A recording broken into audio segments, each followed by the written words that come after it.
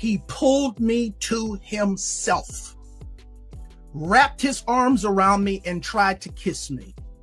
And in that moment, I literally died. Ain't no money like church money. He was doing all the things to try to get his image straightened up. This was a shock to many in the religious community. Bishop T.D. Jakes has been a spiritual advisor to presidents and a religious voice to thousands. It's hard to put in perspective unless he's involving himself what is actually going on at the parties. Dallas Bishop T.D. Jakes has stepped down as leader of the Potter's House megachurch after being named in a lawsuit linked to Diddy's upcoming trial, which is just 2 weeks away. Major celebrities who allegedly attended Diddy's freak-off parties are now scrambling. Reports claim Diddy used T.D. Jakes to repair his public image, and there are alleged videos showing Jakes at Diddy's parties. Jakes is being sued by Pastor Youngblood for sexual abuse, and the situation is rapidly escalating. It appears that T.D. Jakes knows his time is running out.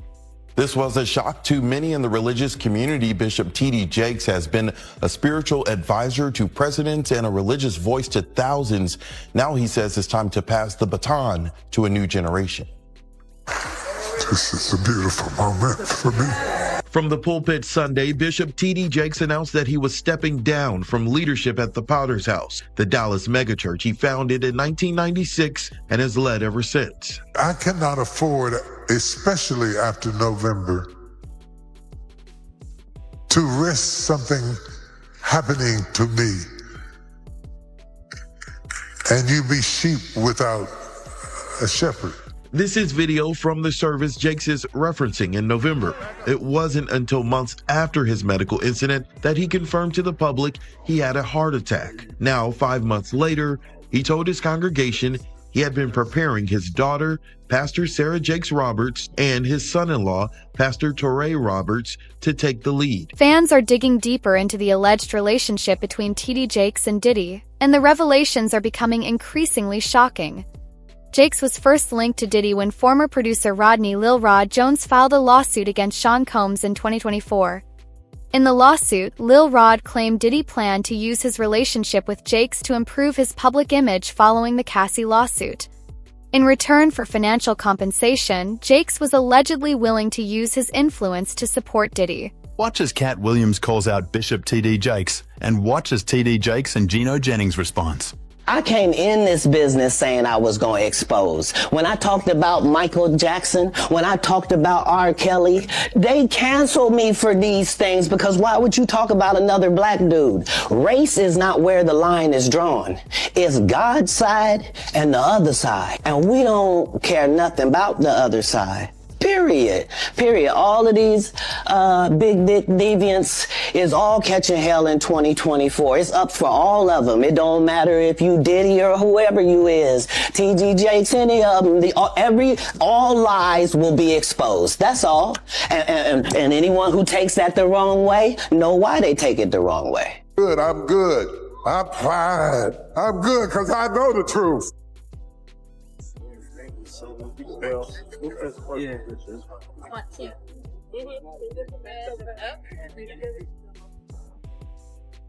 World-renowned Dallas pastor T.D. Jakes is named in a federal lawsuit against musician Sean Diddy Combs. It's filed by a producer that worked with Combs. It discusses how the singer planned to leverage his relationship with the bishop to soften the impact on his public image of Casey Ventura's lawsuit.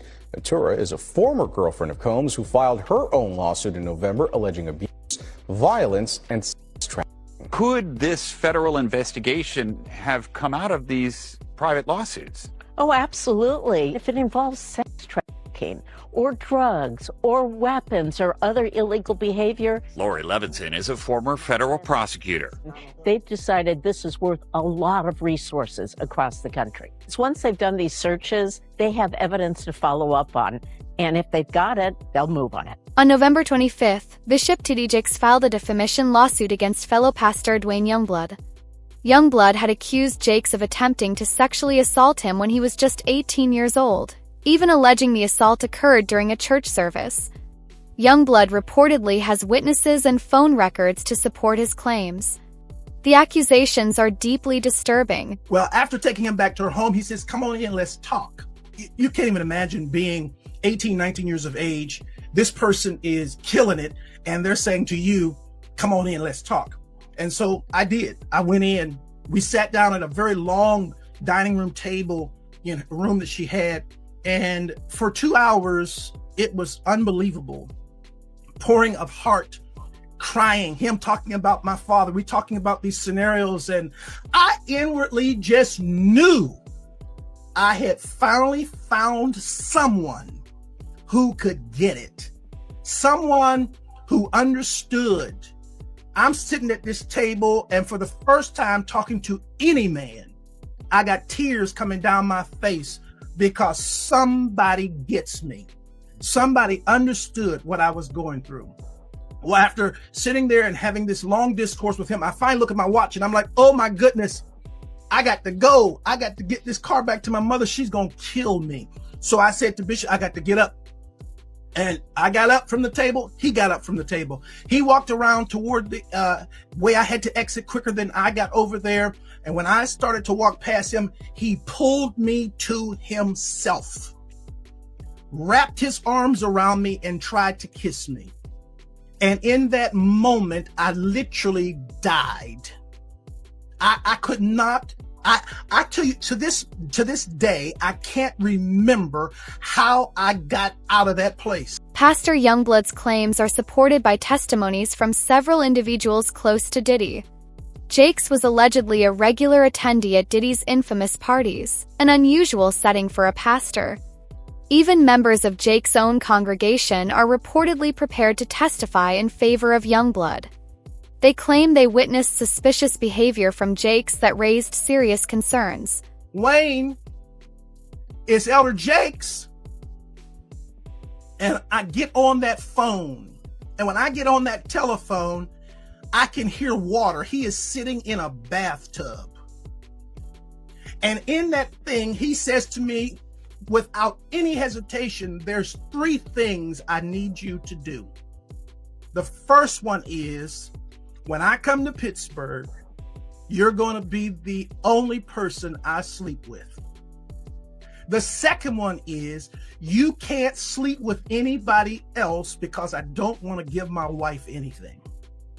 And thirdly, I will take care of you the rest of your life. I can't to this day remember how I got off that phone, but I do know I made a decision that I wasn't going to the service that night. And eventually I told my mother, I'm not going to go to the service tonight. She says, no. You know, we got a rule in this house. If we go, you go. I never told her what he had done. I went to church, and the most humiliating thing imaginable happened that night at church. Bishop Jakes, getting up to preach, speaks into that microphone. I'm going to ask young minister Youngblood to read for me.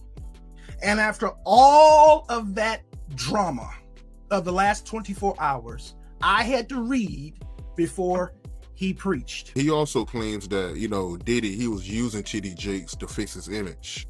You believe that? Well, we saw that to be true anyway. That's what he was trying to do all that time. That's why TD Jakes was there, to try to fix his image. Ain't no money like church money. He was doing all the things to try to get his image straightened up.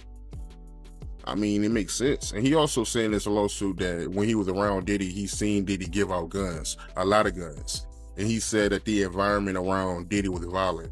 Potter's House Megachurch is a multi-billion-dollar organization, and TD Jakes understands the magnitude of the potential fallout from his legal troubles. He has stepped down from leadership to prevent damage to the church's business. 2024 was a disastrous year for him. First, a former in-law was arrested for child molestation, and now Jakes himself is facing a lawsuit for sexual assault.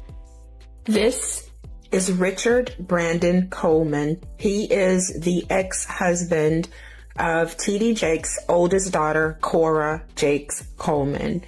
Richard has been arrested on May 4th, 2022 for the continuous molestation and sexual abuse of a child or children.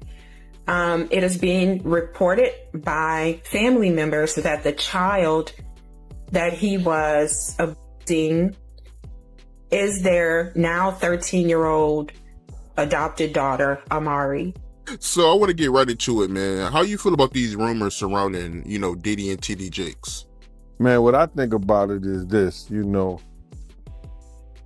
when I grew up in the church, the sinners was not supposed to have the same atmosphere with the saints.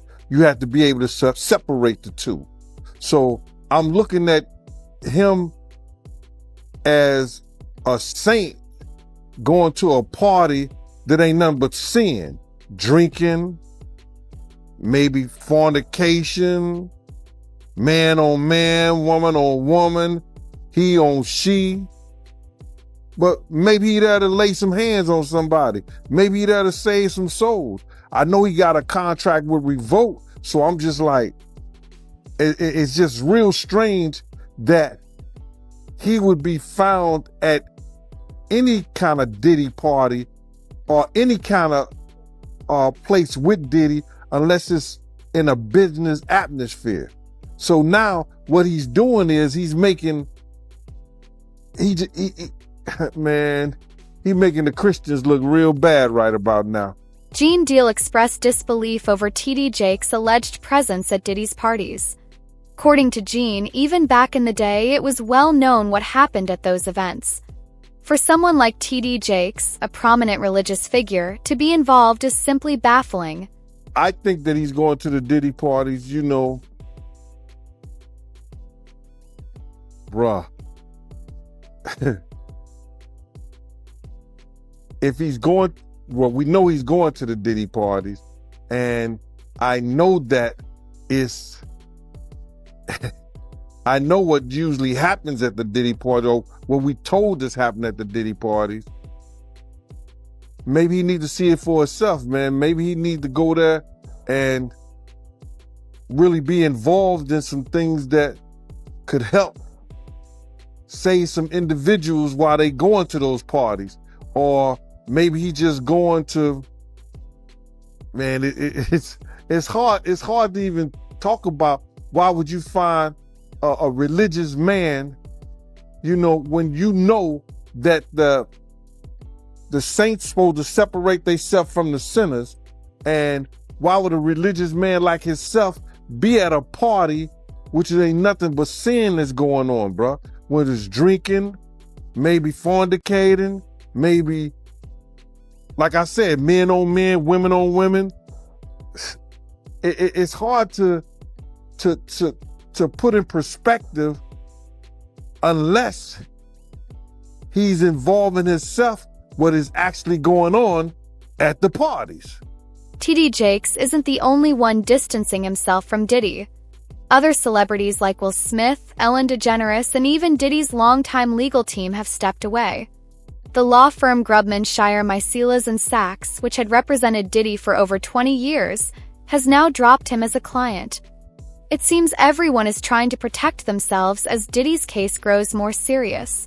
Sean Diddy Combs' legal team is getting a little smaller. As the rap mogul's defense team prepares for his May trial on sex trafficking charges, his attorney Anthony Rico respectfully but regrettably requested to be dismissed from his role, according to documents obtained by NBC News.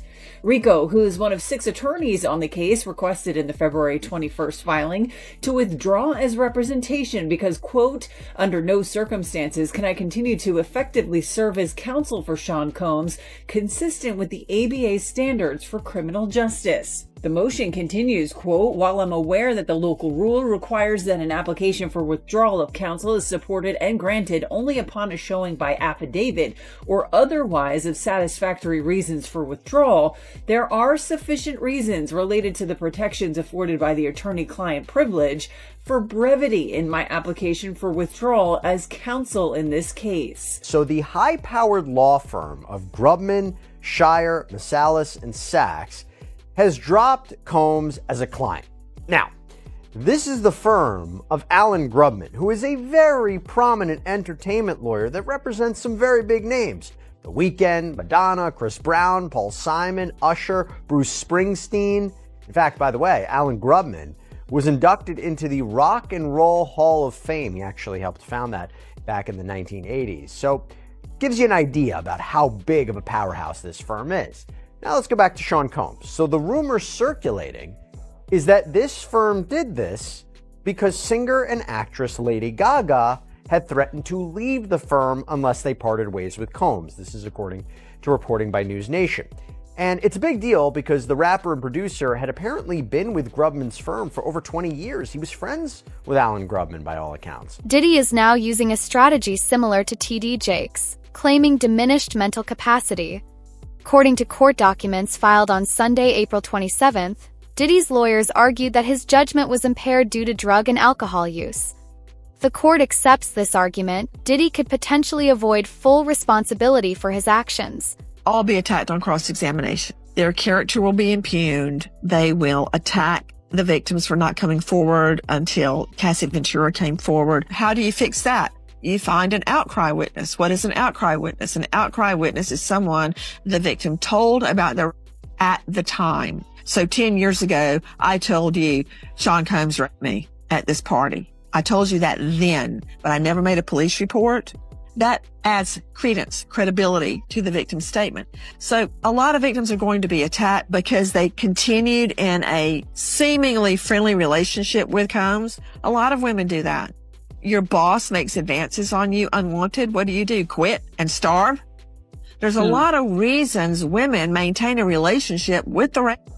So we may lose credibility on a couple of witnesses, but the sheer number of them, I find it hard to believe that a jury will choose to disbelieve all of these ladies and choose to believe Sean Combs. So it looks like they're going to try and say that Diddy's mental capacity could not make it possible for him to commit these crimes, claiming that maybe drugs or alcohol could have been at fault. Apparently, a couple of weeks ago, the prosecution offered Diddy a plea deal, which he turned down. We don't know the details of what that plea deal entailed, but he said he's not taking it. This is coming after they've added additional charges, like the second superseding indictment. You know that Cassie video where you see Diddy dragging her in a hotel from 2016? The judge says that it can be included after Diddy's defense team had been trying to have it not included. So according to People magazine, they said prosecutors recently filed a motion disputing any testimony that might show that Sean Diddy Combs didn't have, quote, the mental capacity to commit the crimes he's accused of because of the effects of drugs or alcohol. The motion filed on April 27th references apparent testimony from a psychiatrist on behalf of the defense and asked the judge to prevent his testimony during Combs' trial. Allegedly, tapes exist that show TD Jakes being intimately involved with men at Diddy's parties. These tapes were reportedly seized during a raid on Diddy's mansion in November. Diddy is attempting to have these tapes suppressed, claiming that the FBI had no legal right to search his home.